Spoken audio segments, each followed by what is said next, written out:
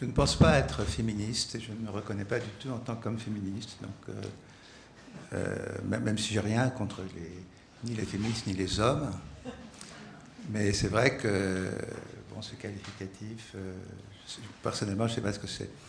Alors, je vais commencer doucement parce que j'ai reçu un coup de téléphone. Apparemment, à l'entrée, les gens qui viennent à cette conférence, on les envoie recuvier. Et donc, comme le jardin est fermé en plus, c'est un peu long et ils vont venir. Comment ça se fait ? On va y aller. Donc, raconter mon itinéraire professionnel et mettre en évidence quelques éléments saillants de 40 ans de travail est pour moi une démarche tout à fait inhabituelle et pour tout dire, aussi étrange qu'inconfortable, tant je n'aime pas ce genre d'exercice. Mais puisque j'ai imprudemment accepté l'invitation d'Eliane Viennot, je ne me déroberai pas. Et donc je vais me prêter au jeu. J'ai bien conscience que tout ce que je vais vous raconter ne peut être que partiel, incomplet et imprégné de subjectivité. Et je vous remercie de bien vouloir en tenir compte. Donc, qui suis-je ? Je ne suis pas un homme féministe. Je suis un biologiste, un médecin, un homme qui a eu l'impression d'avoir beaucoup de chance dans sa carrière. Chance d'avoir connu une époque passionnante. Chance d'avoir rencontré des personnes de grande qualité avec qui j'ai pu partager ce que j'ai fait, mais aussi mes réflexions, mes interrogations et mes doutes.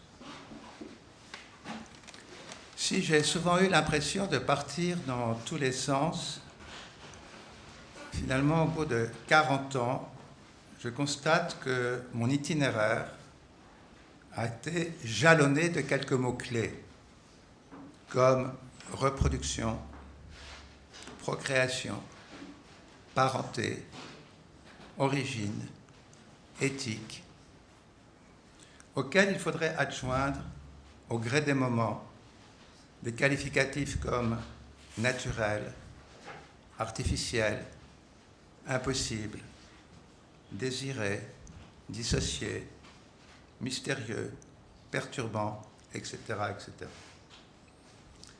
Et c'est ce que je vais essayer de vous faire partager pendant ces quelques moments qu'on va passer ensemble.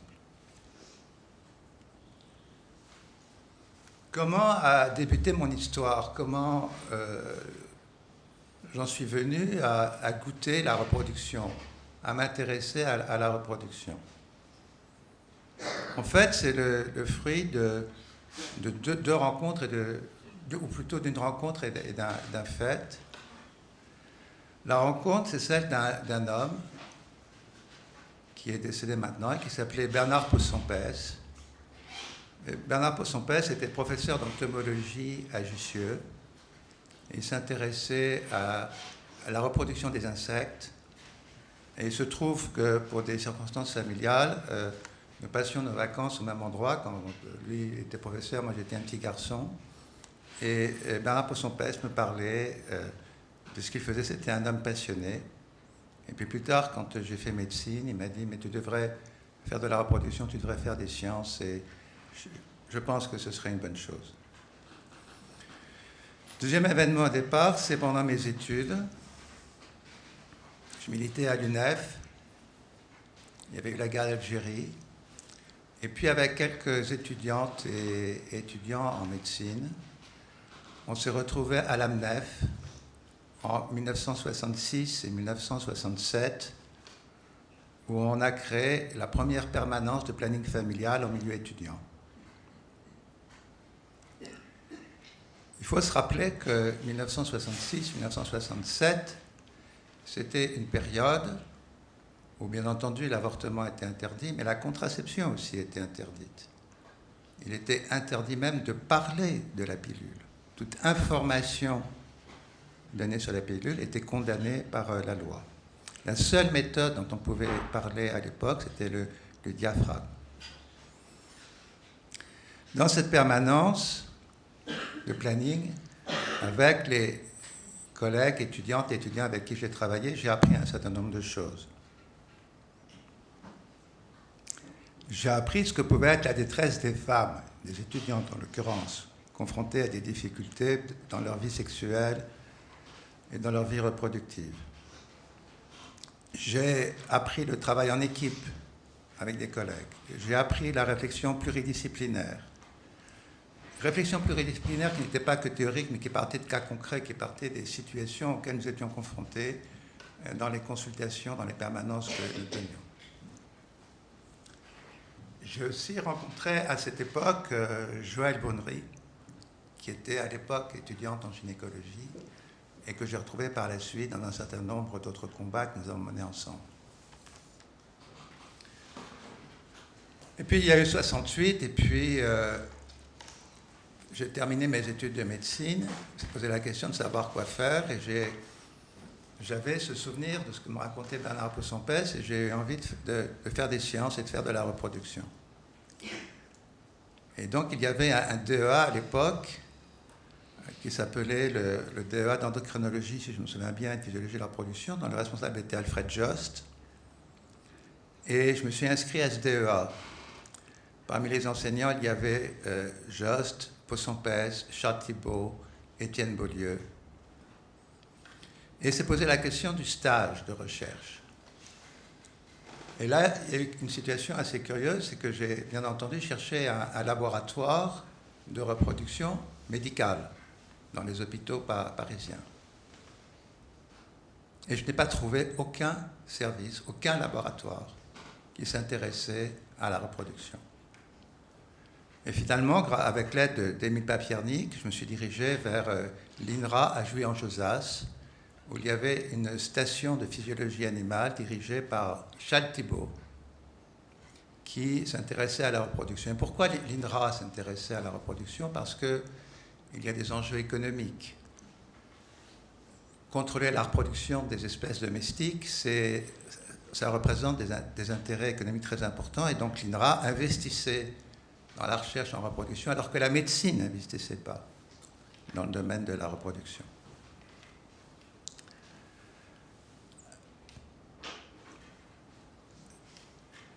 Donc, Charles Thibault à Jouy m'a donné un sujet de recherche qui était la capacitation in vitro du spermatozoïde de lapin. Alors, pour vous dire les choses, Thibault était un des premiers scientifiques à avoir réussi la fécondation in vitro chez le lapin dans les années 50. Mais il y avait une difficulté pour faire ces fécondations in vitro. C'est que pour faire la fécondation, on ne pouvait utiliser que des spermatozoïdes qui avaient séjourné dans les voies génitales de la femelle. Si on prenait des spermatozoïdes éjaculés, ils n'étaient pas capables de féconder. Et pourquoi c'était comme ça? C'est parce que les spermatozoïdes, pour pouvoir être fécondants, doivent subir un phénomène qu'on appelle la capacitation, qui est une transformation du spermatozoïde qui le rend apte à féconder. C'est ce qui est représenté sur cette première image. En haut, vous avez la fécondation chez les échinodermes, où il n'y a pas besoin de capacitation. La fécondation se passe hors du corps.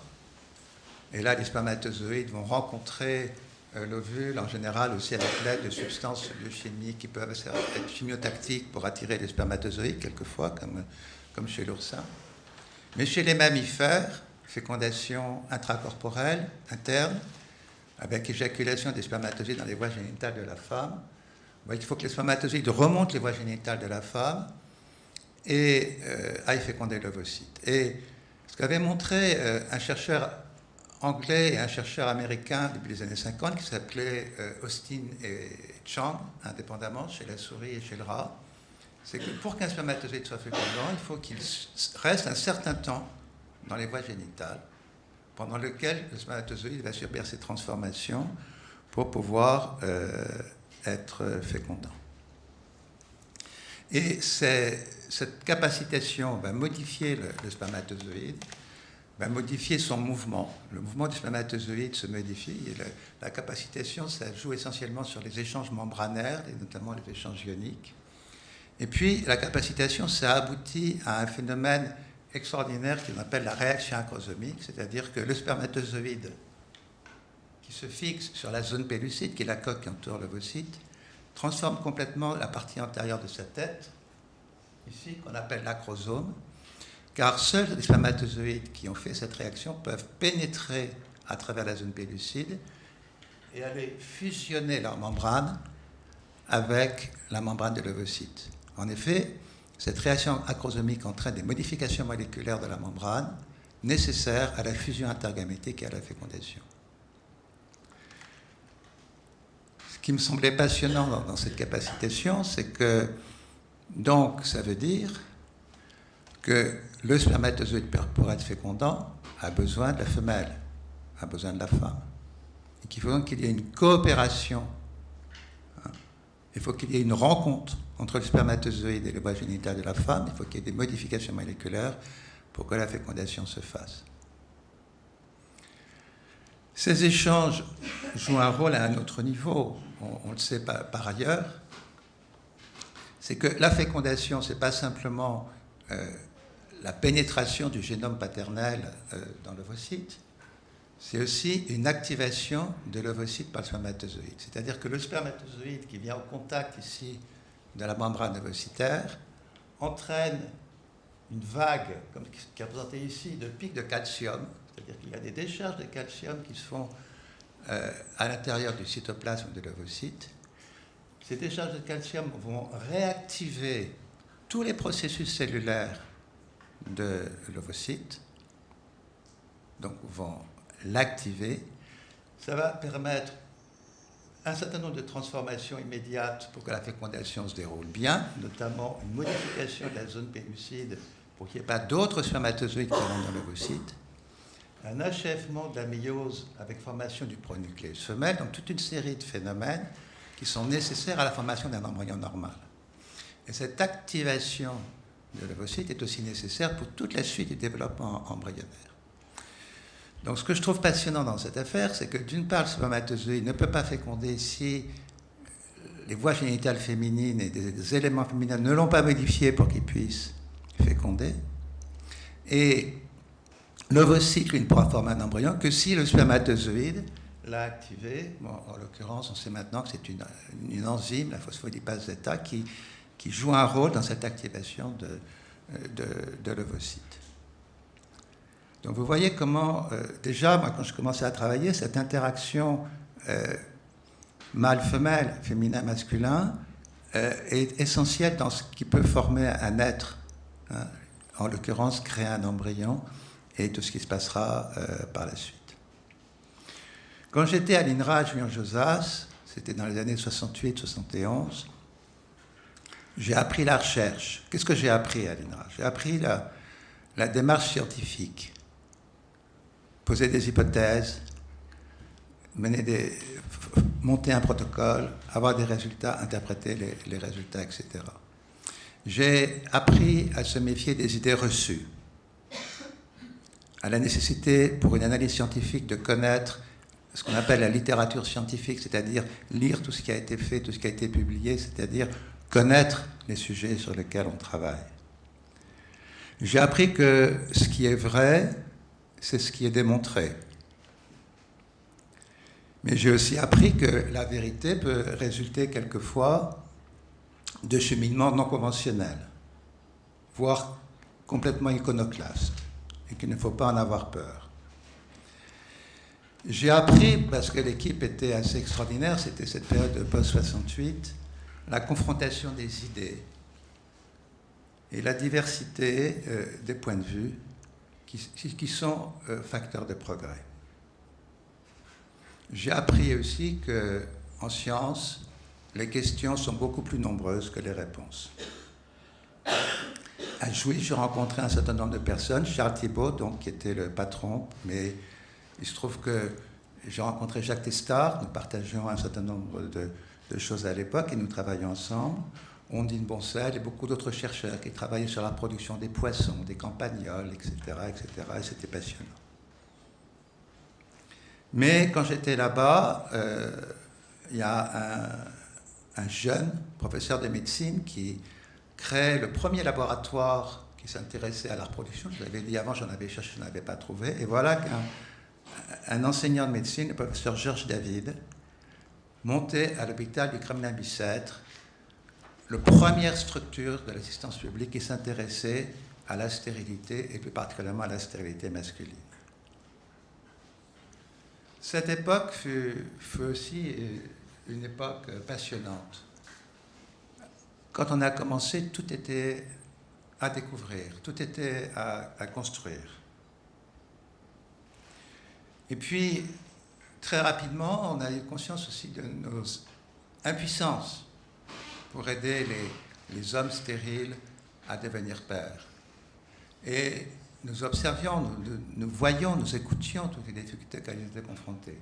Et ça a conduit Georges David à créer le premier SECOS, la première banque de sperme, dans un hôpital de l'assistance publique, pour prendre en charge un mode de procréation qui avant se passait dans la clandestinité, dans des conditions assez discutables, qui était une procréation par don de sperme, en essayant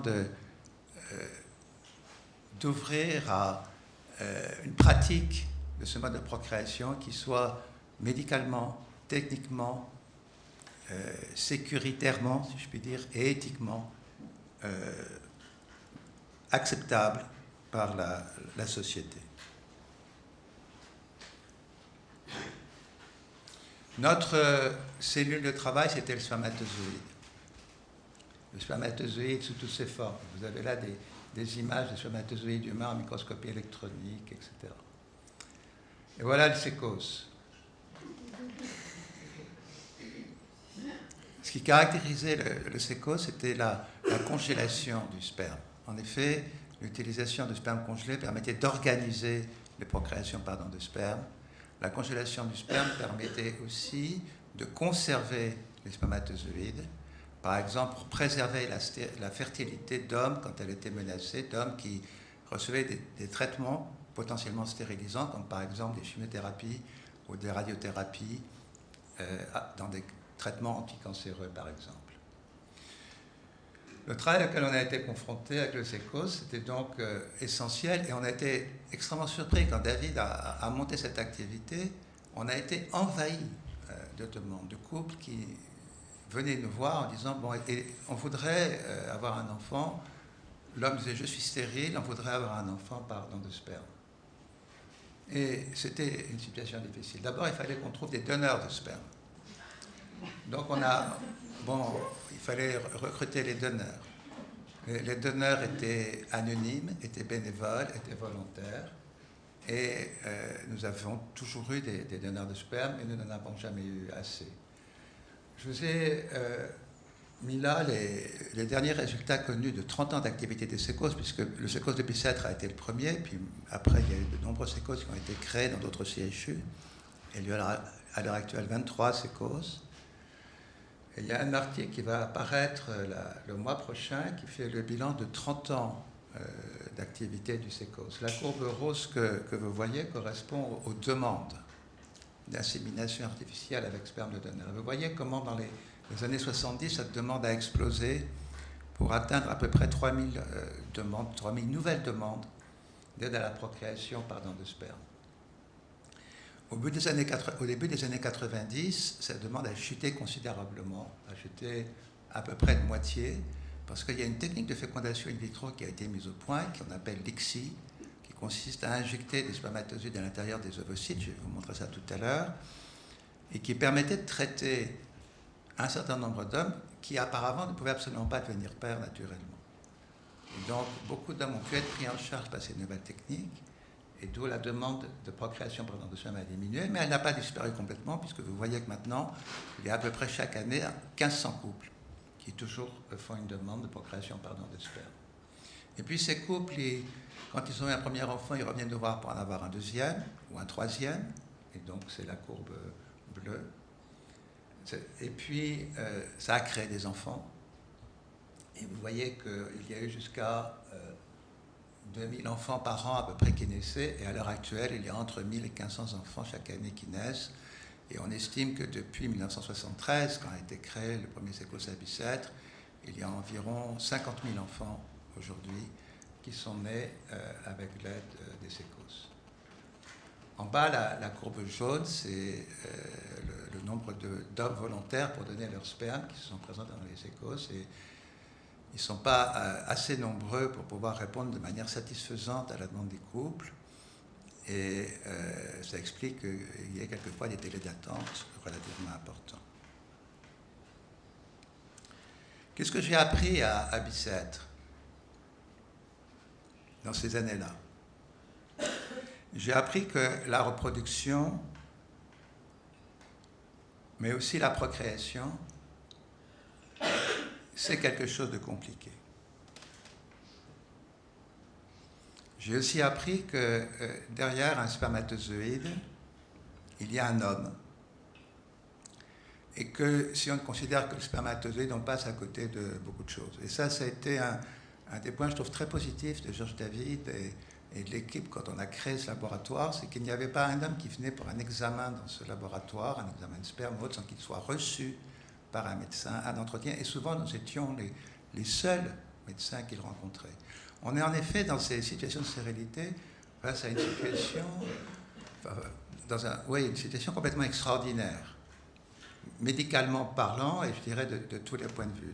Le spermogramme, l'examen de sperme, est, à ma connaissance, le seul examen médical qui peut être prescrit par personne interposée. Le schéma classique, c'est la femme qui a des difficultés de procréation, qui craint pour sa fertilité, qui va consulter son gynécologue, et le gynécologue qui donne une ordonnance à la femme en disant « Tenez, votre mari ou votre compagnon va aller faire un spermogramme. » Et cet homme-là n'aura jamais rencontré de médecin. Personne ne lui aura expliqué en quoi ça consiste un spermogramme, bien souvent, comment ça se passe. Or, c'est quand même un examen qui nécessite une masturbation à l'hôpital, qui n'est pas un geste, un acte forcément très évident et très simple à réaliser. Et souvent aussi, le médecin ne reverra pas l'homme après, puisque les gynécologues souvent ont comme seul interlocuteur la femme. Et donc, nous qui réalisions les spermogrammes, nous avions décidé de voir ces hommes, et c'est vrai que c'était quelque chose de tout à fait important. Et ce que nous avons appris aussi, enfin ce que moi j'ai appris, mais je ne pense pas être le seul, c'est qu'en matière de procréation, les hommes, ou un homme, ce n'est pas une femme. Et que les hommes, ils peuvent ne pas être comme les femmes. Donc ça, c'était au début des années 70. Mais il se trouve qu'à cette époque, je menais une sorte de double vie. Parce qu'il y avait 68, comme beaucoup d'autres, je me suis retrouvé dans des mouvements militants d'extrême gauche, marxistes-léninistes. Je peux dire maintenant qu'on jouait un petit peu à la révolution, aux révolutionnaires, même si je pense que les idées n'étaient pas mauvaises. Jusqu'au jour où un certain nombre d'entre nous qui s'étions aussi posé la question de savoir, c'était dans l'air du temps, de se prendre pour des prolétaires et d'aller travailler dans les usines ou autres. Et donc jusqu'au jour où un certain nombre d'entre nous se sont dit, mais arrêtons de nous prendre pour ce que nous ne sommes pas. Nous sommes des jeunes médecins, nous sommes dans la médecine, peut-être que nous devons nous assumer en tant que tels et arrêter de jouer aux prolétaires que nous ne sommes pas. Et donc ça a été la création du groupe Information Santé, le GIS, qui rassemblait un certain nombre de copains. Ce n'était pas une structure organisée du tout, mais c'était une structure très forte dans la solidarité qui existait, dans les initiatives qui étaient prises. Et le GIS s'est intéressé à un certain nombre de domaines de la santé. L'idée, c'était de mettre les compétences qu'on pouvait avoir au service des personnes pour que les personnes puissent s'emparer des questions de santé, des questions qui les concernaient. C'est comme ça que le GIS a été amené à s'intéresser au problème de l'amiante et à participer au procès des houillères qui a été fait dans le nord de la France. Le GIS s'intéressait...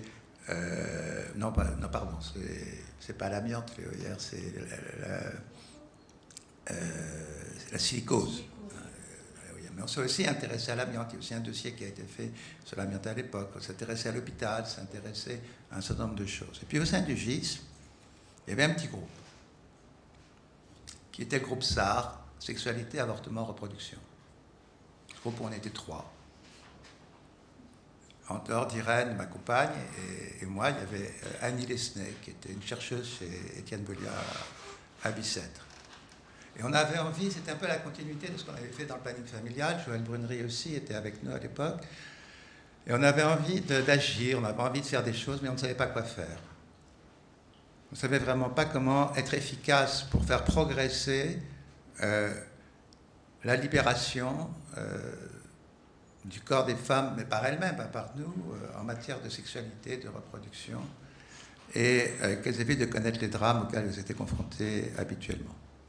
Et donc on cherchait jusqu'au jour où, tout à fait par hasard, j'ai été amené à rencontrer Karman, qui était un homme qui venait de Californie, rentrait du Bangladesh, où il avait été démontré sa technique d'avortement.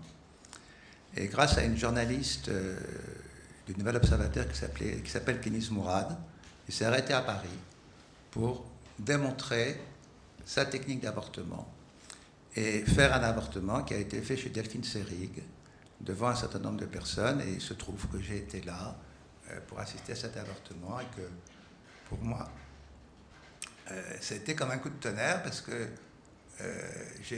d'abord c'était assez curieux, enfin c'est une situation un peu particulière puisque c'était bon, il faut connaître, enfin, Delphine Seyrig vivait dans un appartement extraordinaire, un salon fantastique sur la place des Vosges.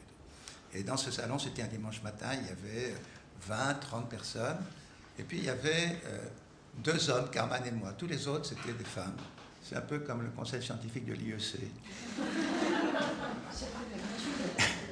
Et donc, quand 2 hommes comme ça se retrouvent ensemble, ils se mettent ensemble. Et puis ils parlent, on était une petite minorité.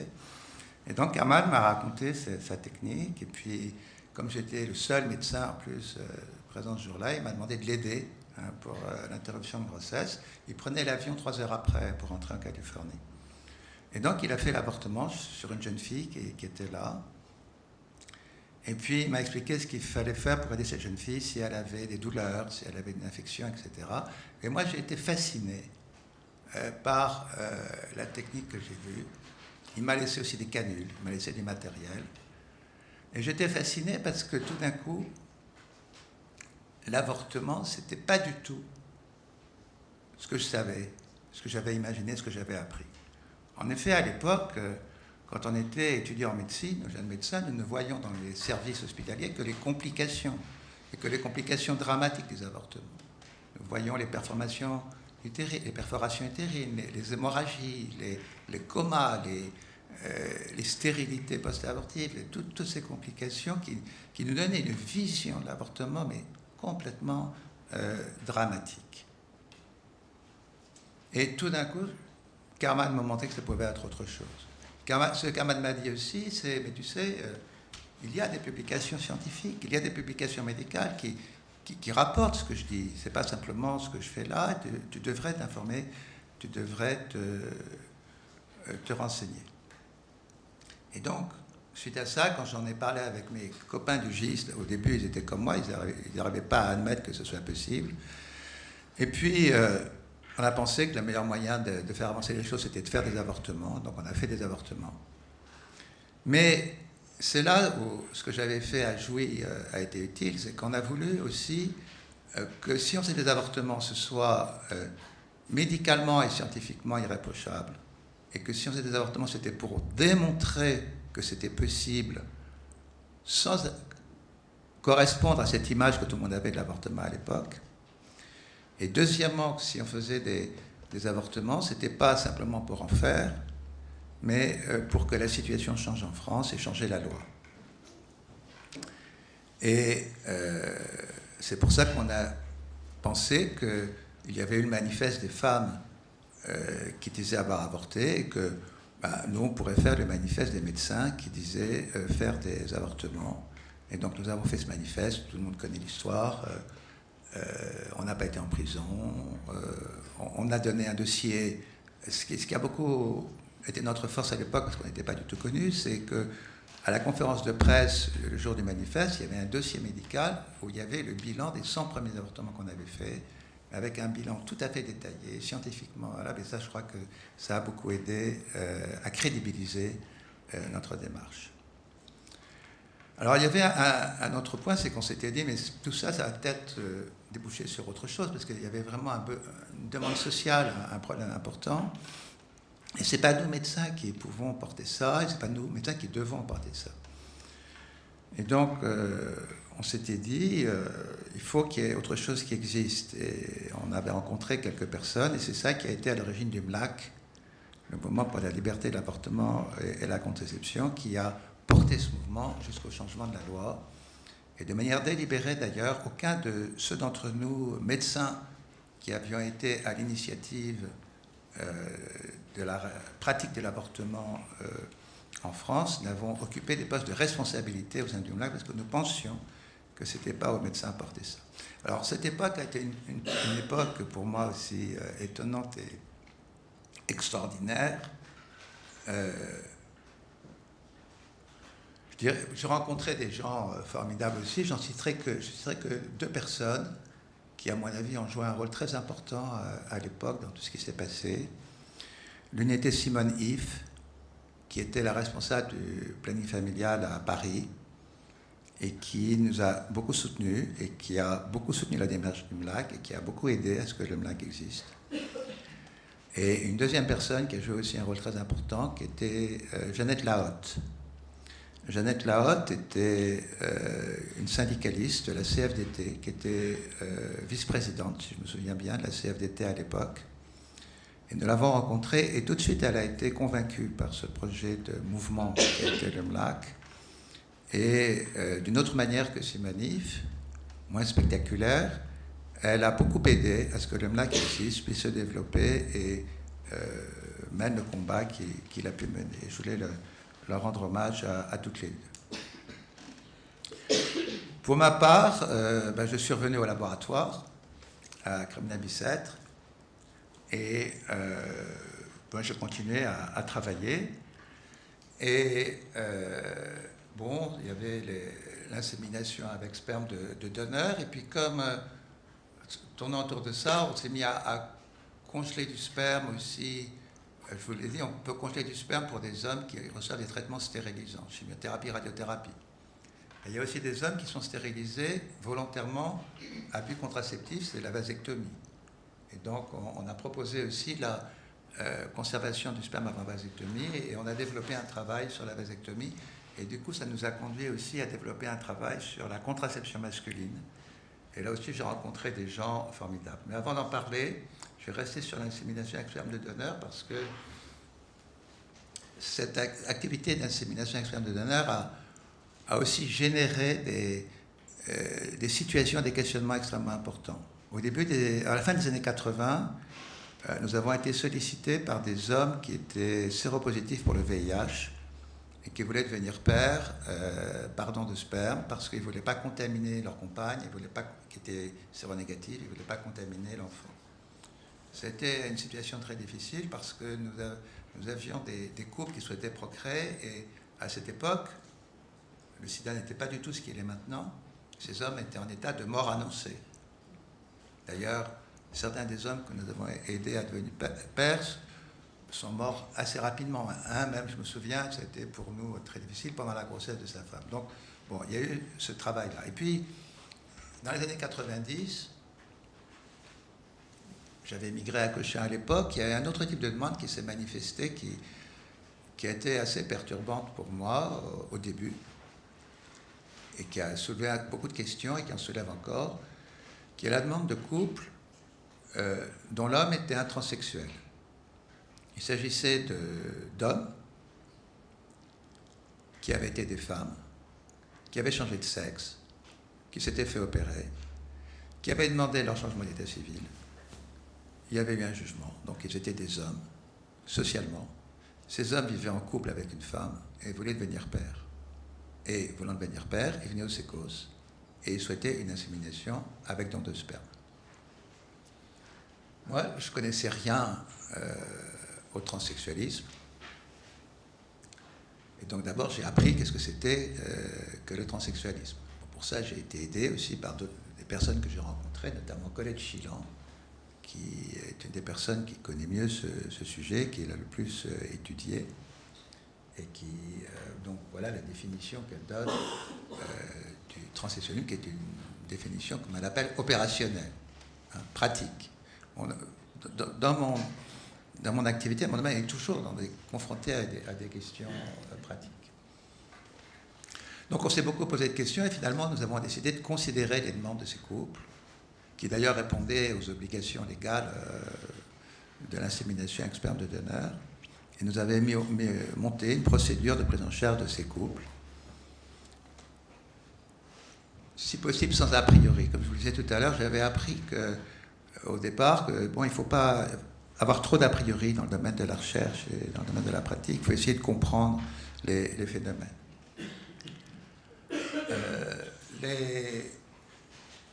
Les conditions, il n'y avait pas de conditions particulières. Si, il y avait une condition, c'est qu'il fallait qu'ils aient changé d'état civil. Ça, légalement, c'était obligatoire, puisque nous ne pouvons prendre en charge en procréation médicalement assistée que des couples hétérosexuels. C'est la loi française actuellement. Donc là, nous avions des couples hétérosexuels quand ils avaient changé d'état civil. Et rapidement, j'ai pensé qu'il y avait aussi, et ça c'est par rapport à une des questions qui m'habite et qu'on discutera peut-être tout à l'heure, qui est celle de la cohérence qu'il doit y avoir dans une démarche de procréation entre ce que l'on est, ce que l'on vit et ce que l'on souhaite en tant que futurs parents. Et c'est vrai que je m'étais dit, mais, enfin pas tout seul, mais si ces hommes qui ont été des femmes souhaitent avoir un enfant, c'est en tant que quoi? Est-ce que c'est en tant que père ou est-ce que c'est en tant que mère? Et tous nous disaient, mais c'est en tant que père. Et bien entendu, c'était avec une femme qui, elle, serait la mère.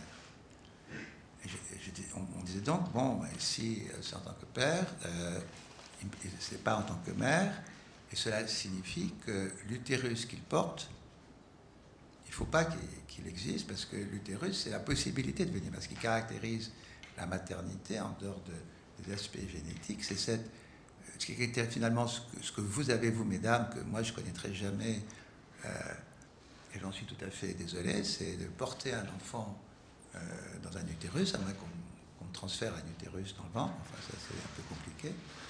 Deuxième chose que je ne connaîtrais pas, c'est l'allaitement. Hein, c'est vraiment ce qui caractérise...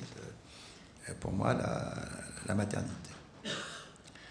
Donc, ce que moi j'ai demandé à ces hommes, c'est qu'ils aient fait une hystérectomie, qui est d'ailleurs fait pratiquement systématiquement, et eux-mêmes sont demandeurs dans leur démarche de changement de sexe.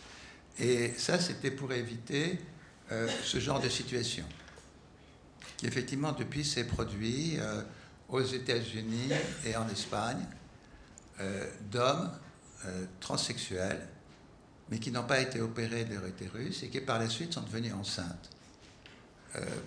Pour des circonstances variées, souvent parce que leur compagne ou leur femme était stérile et que donc ils ont proposé de porter l'enfant du couple dans leur utérus. Et pour moi, ça fait partie d'une de ces situations que j'appelle une situation limite où moi, je n'arrive plus à me repérer dans tout ça. Et je me demande qu'est-ce qui va se passer par la suite. Ces hommes transsexuels vont-ils être le père, la mère de l'enfant? Comment ça va se passer du point de vue de l'enfant, de son développement, etc. Ça, c'est vraiment une question. Ça faisait partie, nous, des questions qu'on se posait à propos de la prise en charge de ces couples. C'est vrai que les deux grands types, il y avait plein de questions qui se posent, mais les deux grands types de questions qui se posaient pour la prise en charge de ces couples, c'est comment l'enfant va réagir quand il saura que son père est un transsexuel et qu'il a été une femme. Comment l'enfant va vivre ça? Je peux vous dire, sur les quelques dizaines de couples que nous avons pris en charge et qui ont eu des enfants, que ça se passe plutôt bien, parce que ben là on a un recul de près de 15 ans maintenant, parce que nous avons mis en place un suivi qui a, dans la plupart des cas, été accepté avec enthousiasme par les couples concernés. Donc nous avons mis en place un suivi des couples et des enfants, et qu'apparemment tout se passe très très bien dans leur développement, dans les relations avec les deux parents, etc. etc. Bon, un deuxième type de question que je me posais en voyant ces couples, et ça me concerne moins en tant que médecin, c'est comment ces femmes vivent leur féminité avec un homme transsexuel, notamment ceux qui avaient un sexe de femme, parce que autant on demandait qu'il y ait une hystérectomie, autant on n'exigeait pas du tout qu'il y ait une phalloplastie, comme souvent les hommes le font faire, mais un certain nombre de couples nous avons pris en charge que les hommes ne s'étaient pas fait opérer, avaient un sexe de femme. Donc il y a une sexualité, alors que ça aussi, ça a été une constante de tous les couples que j'ai vus assez étonnante, c'est que la relation entre l'homme et la femme n'est pas du tout homosexuelle. Souvent, les femmes ont connu d'autres hommes, elles ont quelquefois eu d'autres enfants, et elles décrivent toujours leur mari ou leur compagnon comme un homme, elles ont toujours vu en lui un homme, et elles ne sont pas du tout dans une démarche homosexuelle. Ce n'est pas un jugement de valeur, hein, c'est une donnée que j'ai observée. Bien. Alors ça, c'était un petit peu plus récent, mais à l'époque, là, dans les années 80, qu'est-ce qui s'est passé? Il s'est passé que, fin des années 70, un groupe de chercheurs anglais a créé un des plus grands événements qui est connu à la fin du XXe siècle dans le monde entier, qui a été la fécondation in vitro avec la naissance de Louise Brown en Angleterre en 1978. Et donc un certain nombre d'équipes en France se sont mis à cette technique, et parmi elles, l'équipe de Clamart, qui était constituée de deux amis que j'avais depuis longtemps, qui étaient Jacques Testard, que j'avais rencontré à Jouy, et René Friedman, avec qui j'avais fait mes études. Et nous étions très proches à l'époque. Ah oui, j'ai oublié. Je vous ai dit, on s'est occupé de contraception masculine aussi à l'époque. Je vais revenir à la fécondation in vitro. Et la contraception masculine, ça a aussi été une aventure extraordinaire. J'ai rencontré Roger Mieuxet. Roger Mieuxet, c'est un chercheur de Toulouse qui a mis au point une technique de contraception. Il s'intéresse beaucoup aux effets de la température et de la chaleur sur la production des spermatozoïdes. Et il avait mis au point avec ses collègues une méthode de contraception masculine par la chaleur, assez efficace, mais pas très utilisée parce qu'elle est un peu encombrante. Bon, je vous rassure, la technique qu'ils ont utilisée, qui n'est pas celle-là, marche bien, est nettement moins encombrante que celle-là, mais n'est quand même pas très facile d'utilisation pour les hommes. Donc la fécondation in vitro. Voilà ce que c'est une fécondation in vitro. C'est mettre en présence un ovocyte et des spermatozoïdes, et si tout se passe bien, environ 16 à 18 heures après, on a un œuf fécondé. On voit qu'il est fécondé parce qu'il y a deux pronoyaux qui correspondent au génome mâle et au génome femelle. Et puis un jour après, cette cellule se divise, on a un jeune embryon. Et puis cet embryon grandit jusqu'au stade blastocyste, qui est 5-6 jours après, et qui correspond au stade embryonnaire avant l'implantation. Tout ça, on peut le faire au laboratoire. Donc voilà, c'est ça qu'on a au laboratoire quand on fait la fécondation in vitro. Les transferts dans l'utérus peuvent se faire à tous les stades. La congélation des embryons peuvent se faire à tous les stades. Et tout ça peut être utilisé pour aider les couples à procréer. Mais pour pouvoir faire une fécondation in vitro, il faut une certaine qualité et quantité de gamètes, et notamment de spermatozoïdes. Il faut une assez grande quantité de spermatozoïdes. Coup de tonnerre, en 1992, une équipe belge avec qui on collaborait d'ailleurs à l'époque, a décrit cette technique révolutionnaire qui est l'ICSI, qui veut dire intracytoplasmic sperm injection, qui consiste à attraper un spermatozoïde dans une pipette. Alors, il faut bien vous dire que ça, ce sont des micro-manipulations. Hein. Une tête de spermatozoïde, ça fait 5 microns de long, 5 millièmes de millimètre. Donc la pipette que vous voyez là, elle fait à peu près 7 millièmes de millimètre de diamètre.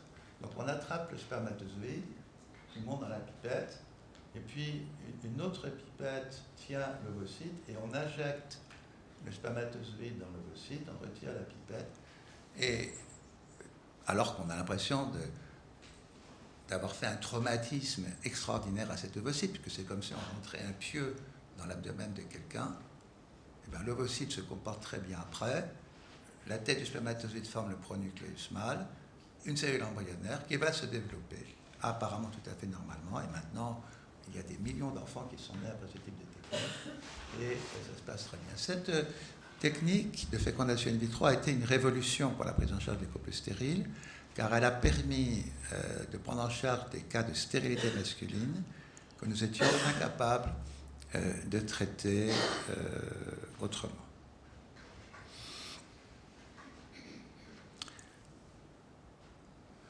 Cette époque, donc, ça a été une collaboration scientifique fructueuse avec l'équipe de Clamart. Ça a été une collaboration un peu agitée, parce que cette équipe était un peu agitée elle-même. Et d'ailleurs, ça s'est mal terminé pour eux. À l'époque, à Bicêtre, avec l'équipe de Bicêtre, il y a eu d'autres collaborations plus sereines avec des épidémiologistes, des gens qui font de la recherche en santé des populations, en santé publique, etc. Et il s'est trouvé que le CECOS, que le laboratoire, était une mine d'informations tout à fait passionnantes pour étudier la fertilité, notamment la fertilité masculine.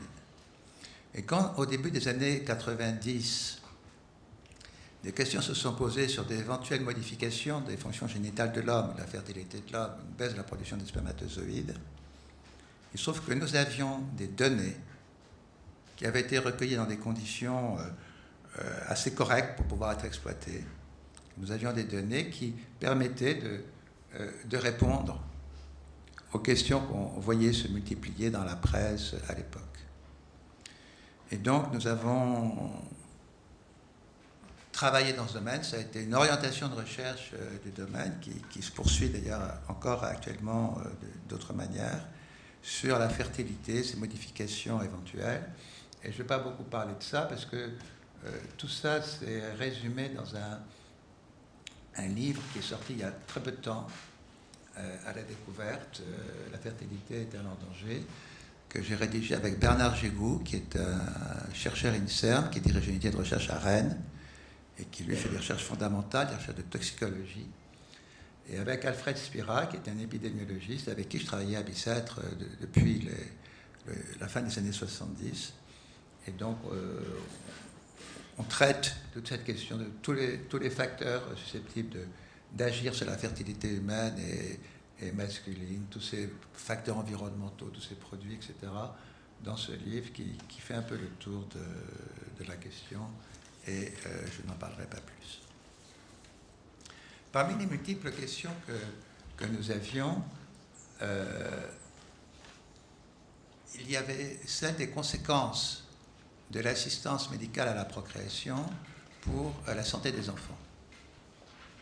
C'est vrai que cette intervention, cette intrusion très, très forte de la médecine, de la biologie, dans ces processus très délicats qui sont ceux de la création d'un embryon, on peut se demander si ça ne peut pas avoir des conséquences graves pour les enfants et des conséquences à long terme. Il ne faut pas se leurrer qu'un des principaux dangers de la fécondation in vitro et des interventions médicales dans la procréation, c'est celui des grossesses multiples. En effet, quand même, on n'est pas très performant, on a tendance à pousser un peu trop sur les traitements, sur les stimulations ovariennes, sur le nombre d'embryons transférés. Il faut dire aussi que les couples sont très demandeurs. Le nombre de couples qui voudraient qu'on leur transfère 3, 4, 5 embryons, c'est complètement étonnant. Et donc, il y a un taux de grossesse multiple important après fécondation in vitro ou après intervention médicale. Et ces grossesses multiples sont à risque, parce que ces grossesses multiples comportent un risque de prématurité, d'où des déficits de développement pour les enfants, etc., etc. Et donc ça, c'est un des problèmes de la fécondation in vitro, de l'ICSI et des autres techniques de procréation médicalement assistée. Mais il peut aussi y avoir des effets plus subtils. Est-ce qu'indépendamment de ce problème de grossesse gémellaire, il n'y a pas des effets plus subtils? On sait en effet que même quand la grossesse est unique, on parle de singleton, le poids de naissance des enfants à la naissance est plus faible que le poids de naissance des enfants en général. Et puis il y a un taux de malformation un peu plus élevé.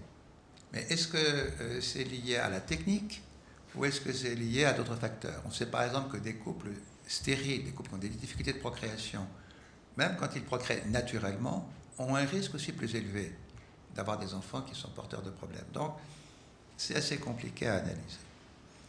Et il y a d'autres choses encore, et c'est ce qui a occupé les dernières années de mon travail et des personnes avec qui j'ai travaillé à Cochin, qui sont des effets potentiels plus subtils sur l'embryon, sur le développement des enfants, et qui sont liés à des modifications épigénétiques des cellules et des embryons.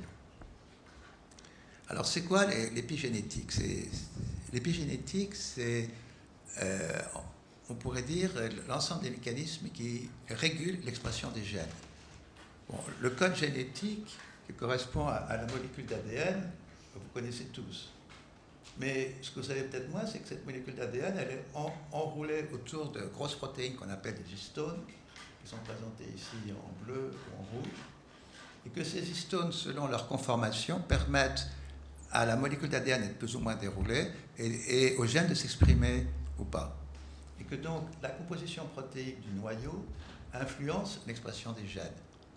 De la même manière, on a des modifications, non pas de la molécule, mais un radical méthyle ou un groupement chimique, peu importe, qui vient se fixer ici sur une des bases de la molécule d'ADN, et qui permet aussi l'expression ou pas des gènes. Et c'est ce code, ces marques épigénétiques qui expliquent qu'une cellule du foie ou un neurone ou une cellule du muscle ne fait pas la même chose, bien que le code génétique soit toujours le même. Notre code génétique est identique dans l'ensemble des cellules que nous avons dans notre corps. Mais si la cellule fonctionne de telle manière ou de telle manière, c'est parce que ces marques épigénétiques, et ce qui est important, c'est que ces marques épigénétiques sont transmissibles quand il y a une division cellulaire pour que des cellules hépatiques continuent à avoir une fonction hépatique, etc., etc. Donc, à côté du code génétique, on peut considérer qu'on a un code épigénétique qu'on connaissait très très mal jusqu'à dans les années récentes, fait de marqueurs qui influencent, qui permettent l'expression ou la non-expression des gènes. Alors, pourquoi parler de ça? On doit parler de ça parce que ça joue un rôle, vous allez le voir, particulièrement important dans la reproduction et dans le développement embryonnaire. Ce qu'on peut dire aussi, c'est que ce code épigénétique, il est valable pour l'ensemble. On a à peu près entre 20 et 30 000 gènes dans nos cellules. Mais parmi et tous nos gènes, ils sont en double. Un qui vient du chromosome paternel, l'autre qui vient d'un chromosome maternel, et chacun des deux gènes peut s'exprimer indifféremment.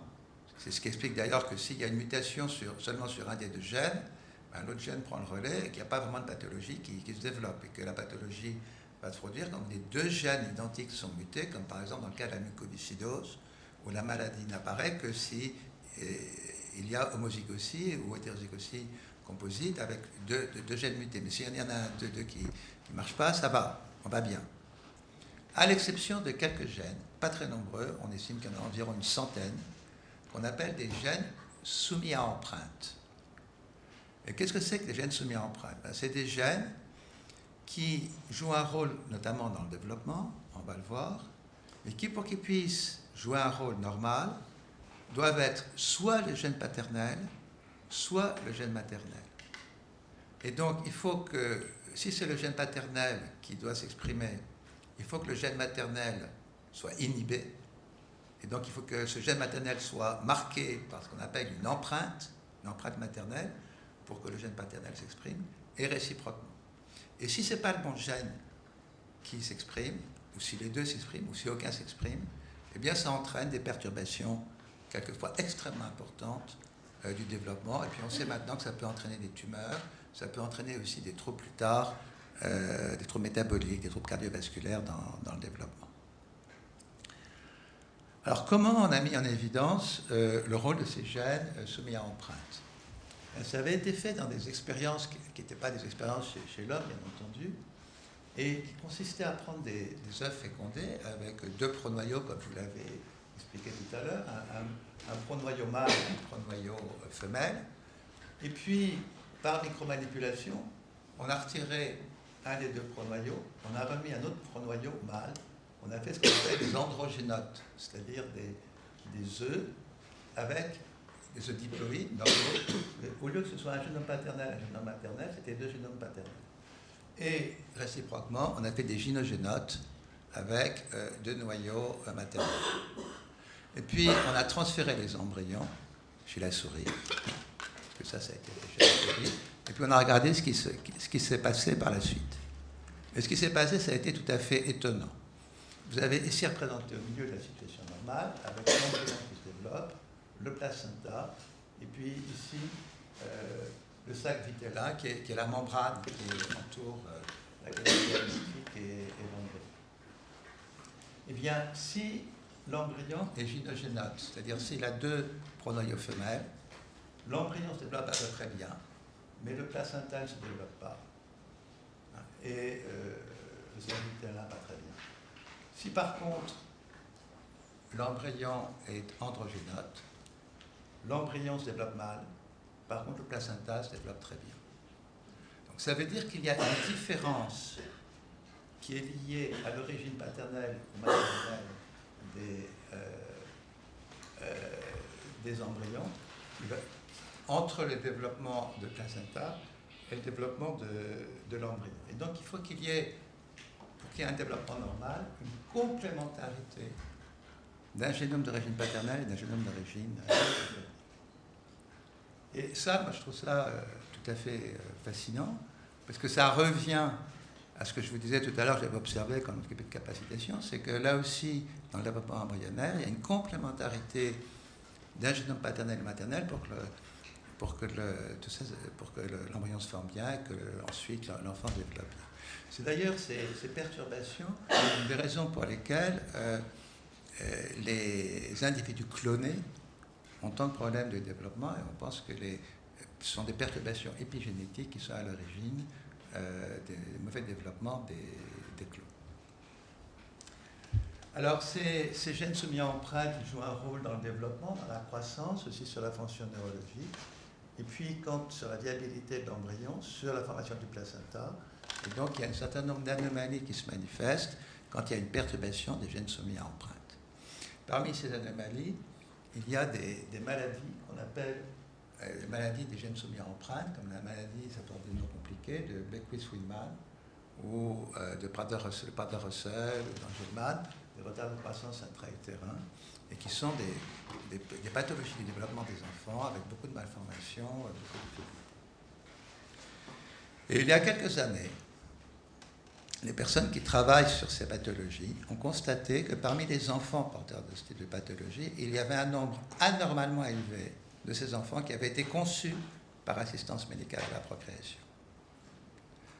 Dans la population générale, aujourd'hui, dans des pays comme la France, les États-Unis, l'Australie, la Grande-Bretagne, il y a environ, je dirais, de l'ordre de 2% des enfants qui naissent, qui ont été conçus par assistance médicale à la procréation.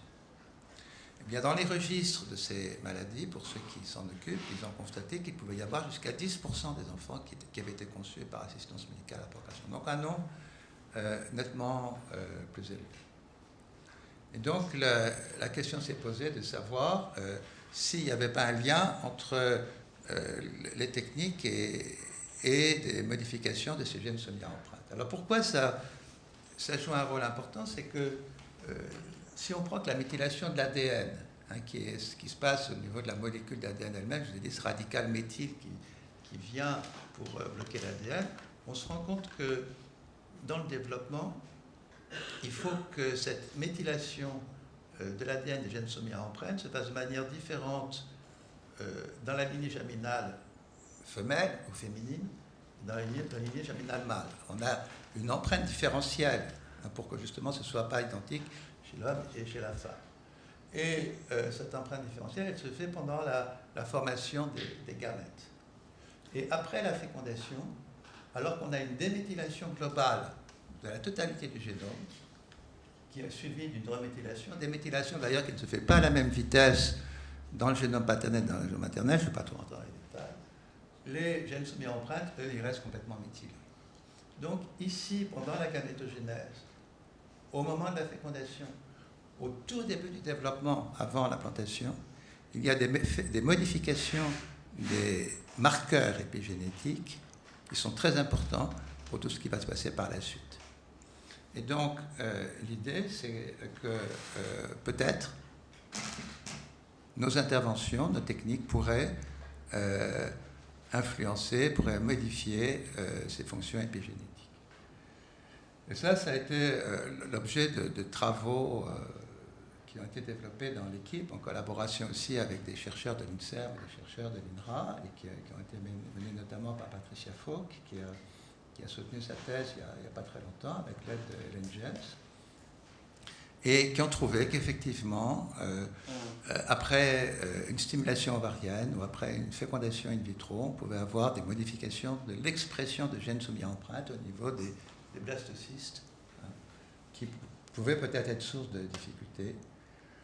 Ce qui est aussi tout à fait intéressant, c'est qu'en poursuivant les études plus tard, pendant la gestation au moment des fœtus, Patricia et Hélène ont trouvé que, en fait, à mi-gestation chez la souris, il ne semblait pas qu'il y ait des perturbations des gènes soumis à empreinte chez la souris, mais par contre, il y avait un certain nombre de modifications de tout un réseau de gènes au niveau du placenta.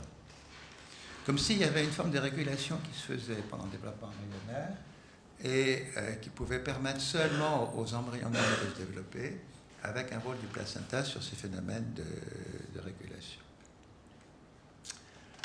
Dernier point pour vous montrer que justement l'influence de ces phénomènes est épigénétique, c'est une publication, et jusqu'où ça va, une publication que j'ai vue récemment que je trouve tout à fait intéressante et que j'ai mis là exprès pour Eliane, Joël, Evelyne, et nous en parlions tout à l'heure.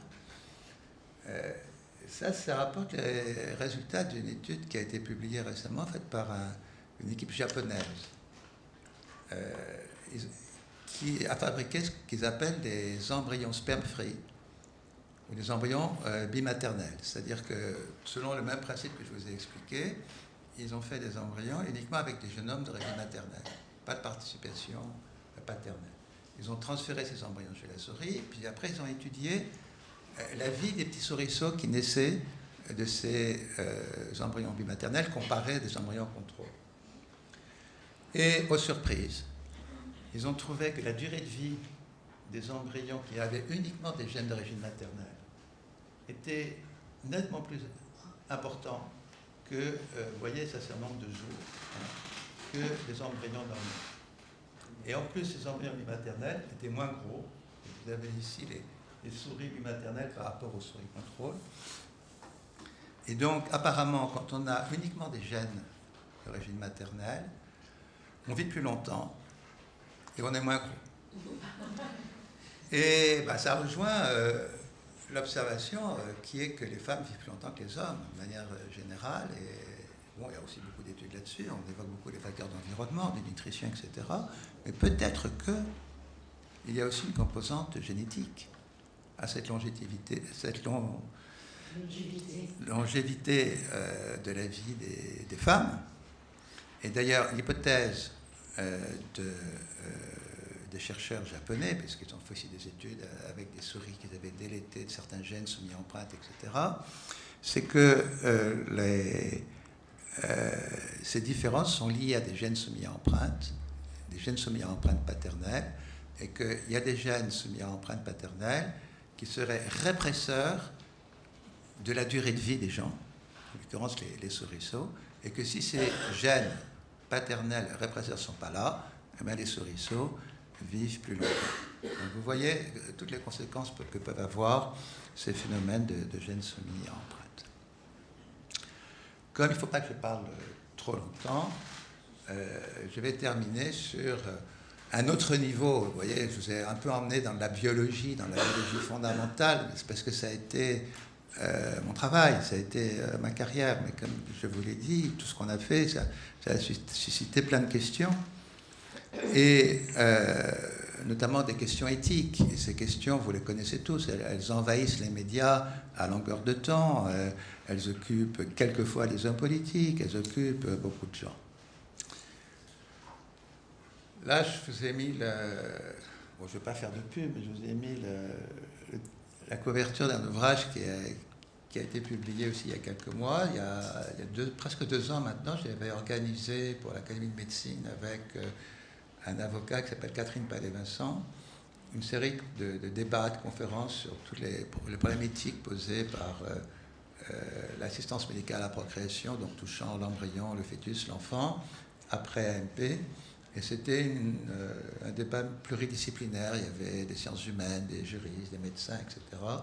Et donc, toutes ces questions sont évoquées dans cet ouvrage. Mais je voudrais parler d'un point seulement, qui est un point d'actualité, puisque je vois qu'on en parle tout le temps, et y compris encore hier dans le journal, suite à la publication d'un rapport de Terra Nova, qui est l'anonymat, la question de l'origine, la question de la parenté, et la question de l'anonymat du don, auquel moi j'ai été confronté depuis 1973, où on s'est occupé de ça dans les sécos. Indépendamment du don de sperme, le don d'ovule s'est développé quand la fécondation in vitro était possible. Avant que la fécondation in vitro, nous ne pouvions pas aider à procréer par don d'ovule. Et qu'est-ce qui se passe quand on fait un don de sperme ou un don d'ovule pour un couple hétérosexuel, comme c'est le cas en France actuellement? C'est qu'un homme et une femme veulent un enfant, et ils vont avoir cet enfant pour une raison ou pour une autre, soit parce qu'ils sont stériles, avec l'aide d'un tiers, qui peut être soit l'homme donneur de sperme, soit la femme donneuse d'ovule, pour obtenir la naissance d'un enfant. Et la suite, c'est qu'est-ce qui va se passer dans les relations qui vont s'établir entre ces différents acteurs. Actuellement, le don de gamètes est anonyme. C'est-à-dire que les donneurs ne connaissent pas les couples à qui ils donnent, ne connaissent pas les enfants, et réciproquement. Un certain nombre de personnes pensent que ceci est intolérable et que l'enfant devrait pouvoir accéder à l'identité du donneur de sperme. Et vous voyez, bon, là c'est un exemple, mais il y en a de nombreux, où quand on parle de cette question, on utilise des termes très forts, puisque apparemment, vous voyez que l'anonymat violente l'enfant. Pour m'être occupé de beaucoup de couples qui ont eu des enfants comme ça, pour avoir vu un certain nombre d'enfants dans cette situation, je n'ai jamais eu l'impression qu'ils avaient été violés. Y compris ceux, puisque j'en ai vu un certain nombre, qui sont aujourd'hui en souffrance, parce qu'ils ont été conçus par don de sperme, parce que ça s'est mal passé, et qu'ils souhaiteraient connaître l'identité du donneur. Alors en fait, derrière cette question de l'anonymat, quelle est la vraie question? Ou quelles sont les vraies questions? Parce qu'à mon avis, il y a plein de questions qui se posent. Mais la vraie question qui se pose, c'est ces enfants. Finalement, quelle est leur origine? D'où viennent-elles? Comment ces enfants qui naissent dans ces conditions, parce que des personnes l'ont souhaité, pas les médecins, mais des couples, des hommes, des femmes qui viennent nous voir, et encore une fois, je me place dans la situation française actuelle, qui est celle des couples hétérosexuels, des couples qui sont en difficulté, qui ne peuvent pas procréer tout seuls, et qui souhaitent procréer, devenir parents de cette manière-là. Quelle est l'origine, comment ça va se passer pour ces enfants? Et là, il y a plusieurs possibilités. C'est effectivement privilégier la dimension génétique, la dimension biologique, et dire que ces enfants, ils ont été désirés par un couple, mais qu'il y a un autre homme qui a donné son sperme pour que cet enfant existe, et que ce lien-là, qui est génétique et biologique, est au moins aussi important que l'autre, et que cette démarche-là est aussi importante que l'autre. Si l'anonymat a été mis en place par les sécos au départ, c'est parce que nous pensions que un don non anonyme, un don identifié, avait plus d'inconvénients que d'avantages. Il avait plus d'inconvénients que d'avantages parce qu'il risquait de perturber la paternité à construire de la part de l'homme stérile, qu'il risquait de perturber les liens qui devaient se développer entre l'enfant et ses parents. Non pas parce qu'il fallait masquer quelque chose, mais parce que Et d'ailleurs, les couples nous le disaient. Et d'ailleurs, les couples, c'est ce qu'ils pensent. Parce que quand on les interroge encore aujourd'hui, à plus de 90%, ils sont en faveur de l'anonymat du don.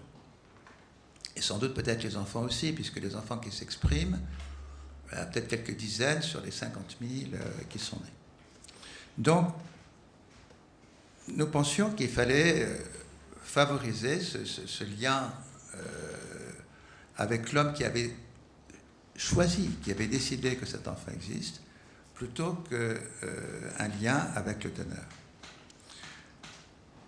C'était aussi parce que nous pensions qu'un enfant, quand il se développe, quand il grandit, doit s'inscrire dans une histoire, doit s'inscrire dans une généalogie. Dans quelle histoire va-t-il s'inscrire? Dans quelle généalogie va-t-il s'inscrire? Est-ce que c'est dans l'histoire de ses parents ou est-ce que c'est l'histoire du donneur? Et ça, c'est un point important parce qu'on se rend compte, par exemple, que dans un certain nombre de pays,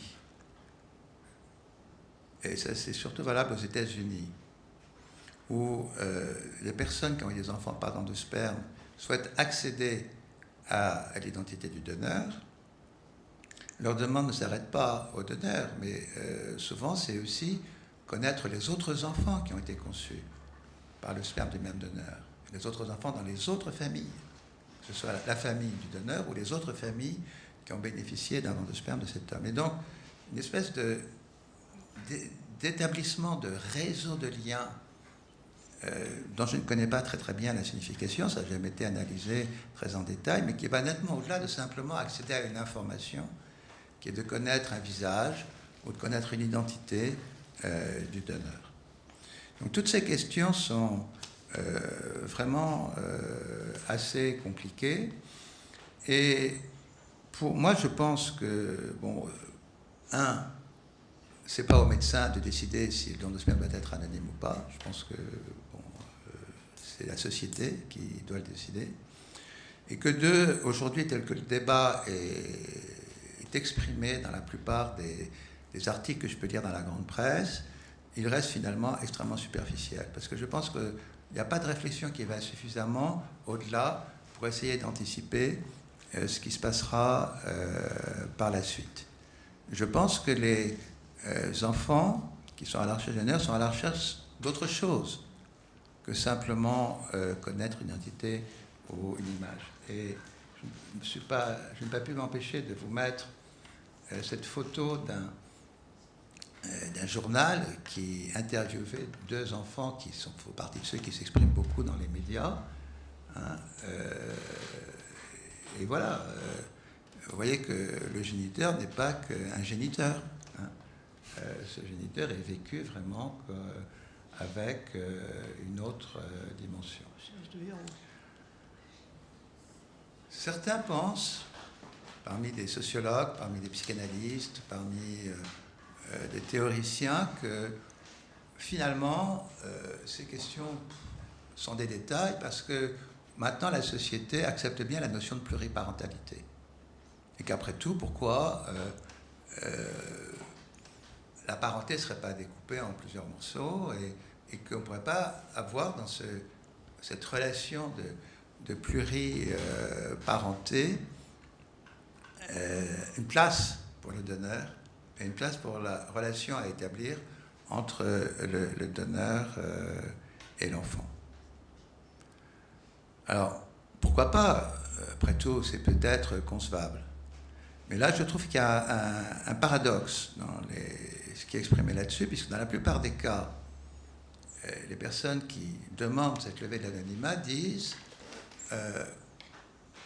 mais bon, tel que les choses se font actuellement, c'est très bien. D'ailleurs, si on doit lever l'anonymat, on doit lever l'anonymat qu'à la demande de l'enfant, et qu'à la demande de l'enfant quand il aura atteint sa majorité, quand il aura atteint l'âge de 18 ans. C'est la demande de l'Association pour création médicalement anonyme qui regroupe la plupart des jeunes qui revendiquent cette levée de l'anonymat.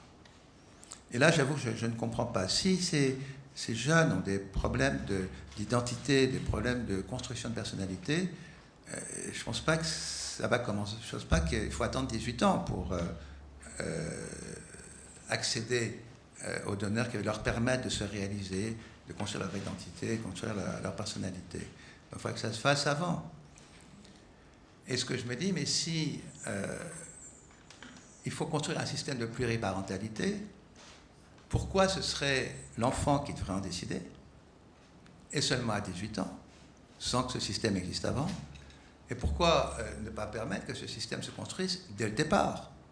Et que finalement, si des personnes sont d'accord pour assumer des responsabilités diverses en relation avec un enfant à créer, ben, ils ne le fassent pas de concert au départ. Et que donc, le couple qui décide d'avoir un enfant comme ça et la personne qui va les aider à réaliser leur projet et qui va jouer un rôle par la suite indéniable, s'entendent pour construire un enfant. Et donc, ça, c'est un point qui me semble important, c'est que si on va vers ce système, je ne crois pas que c'est aux enfants à décider à 18 ans, je crois que c'est aux personnes qui vont permettre que cet enfant existe et d'assumer en plus toutes leurs responsabilités dans le développement de l'enfant. Bon, j'ajouterais pour terminer là-dessus que ce qui me frappe, parce qu'on nous le dit souvent, c'est la faiblesse des réflexions et des analyses scientifiques qu'on fait dans ce domaine. On me dit souvent, mais la France est un pays rétrograde. Regardez, beaucoup de pays européens ont changé leur législation. Beaucoup de pays européens ont levé l'anonymat du don de sperme. C'est vrai que dans beaucoup de pays, il y a eu des changements législatifs qui ont été faits à la demande souvent des jeunes et d'autres personnes, ou surtout beaucoup plus d'ailleurs d'autres personnes que des jeunes eux-mêmes. Et ce qui me frappe donc, c'est que personne ne semble avoir analysé jusqu'à présent ce qui s'est passé dans ces pays et les conséquences qu'a eu cette levée de l'anonymat sur ce qui s'est effectivement passé. Loi appliquée en 1985, les premiers enfants qui ont eu 16 ans, 2001. On est en 2010. Je me suis dit, bon, allons voir comment ça marche en Suède. Quels ont été les effets de cette loi? Bénéfique, pas bénéfique, etc. Donc je suis allé en Suède en novembre dernier. J'ai rencontré les responsables des centres, j'ai rencontré un certain nombre de personnes. Qu'est-ce que j'ai observé? C'est que depuis que cette loi existe, pas un enfant a demandé à rencontrer le donneur de sperme.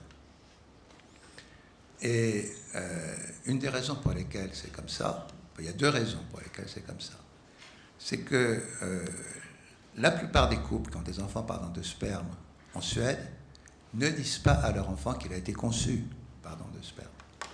Donc la plupart des enfants ne savent pas qu'ils ont été conçus par don de sperme. Donc automatiquement, ils ne peuvent pas demander. Enfin, il y en a quand même qui le savent. Et ceux qui savent, apparemment, ils ne souhaitent pas connaître le donneur. Une deuxième raison, c'est qu'en Suède, le nombre de couples qui ont eu recours au don de sperme pour procréer a diminué de manière extraordinaire. Et qu'actuellement, et je suis aussi allé au Danemark pour voir comment ça se passait, beaucoup de couples suédois vont au Danemark, vont au Finlande, vont ailleurs pour bénéficier de dons de sperme anonymes.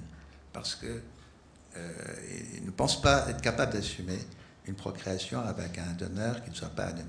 Donc, il semble que les choses soient un peu compliquées. Je ne dis pas que le système suédois est mauvais. Je dis, réfléchissons, qu'est-ce que ça veut dire un système qui ne fonctionne pas? Et quelles sont les conséquences? Alors, pour terminer, je dois dire là-dessus que cette question d'anonymat en plus, à mon avis, se pose de manière extrêmement différente selon que le couple procréateur est un couple hétérosexuel, constitué d'un homme et d'une femme, et l'homme étant stérile ou incapable de procréer, et des procréations artificielles, par don de sperme, pour des femmes homosexuelles ou des femmes seules. Et que, automatiquement, les choses se posent dans des termes différents, et c'est d'ailleurs ce qu'on voit aux États-Unis, c'est ce qu'on voit en Grande-Bretagne, c'est ce qu'on commence à voir en Suède, puisque maintenant c'est possible depuis 2005. Et d'ailleurs, c'est un des points remarquables, c'est que dans la plupart de ces pays, maintenant, l'insémination avec sperme de donneur est faite beaucoup plus pour des femmes homosexuelles et des femmes seules, pour des couples hétérosexuels, puisque en Grande-Bretagne, on estime qu'aujourd'hui, à peu près 40% des inséminations sont faites pour des femmes seules homosexuelles. Qu'en Suède, c'est pareil, 40 à 50%, qu'aux États-Unis, c'est plus de 50%, et que donc on est dans un système qui n'a rien à voir avec celui que l'on connaît. Voilà, donc, comme il faut qu'on discute un petit peu, je vais juste vous énumérer, parce que comme je l'ai dit au départ, dans ma démarche de scientifique, on a beaucoup plus de questions que de choses qu'on sait. Moi, j'ai travaillé 40 ans et j'ai encore beaucoup plus de questions que ce que je sais. Donc, je vais vous lire très vite toutes ces questions et on pourra en parler, si vous voulez, dans la discussion. Première question, as-tu besoin d'un père? Deuxième question, la parenté doit-elle être sexuée? Troisième question, va-t-on rechercher une cohérence entre parenté biologique, sociale, juridique, symbolique, etc. Quatrième question, la parenté peut-elle être découpée en plusieurs morceaux pour construire une pluriparentalité? Et si oui, qui doit décider cette pluriparentalité? Est-ce que ce sont les enfants qui doivent en décider? Et donc, cette construction va se faire a posteriori par rapport à la procréation, selon le modèle qu'on nous met toujours en avant, qui est celui des familles recomposées. Mais les familles recomposées, elles ne sont jamais constituées a priori. Elles sont en général constituées par la suite pour régler des problèmes d'évolution de relations, de couple, de personnes, etc. Bon, donc si les enfants sont les enfants qui décident, à mon avis, ça va être un peu sur ce modèle de famille reconstituée.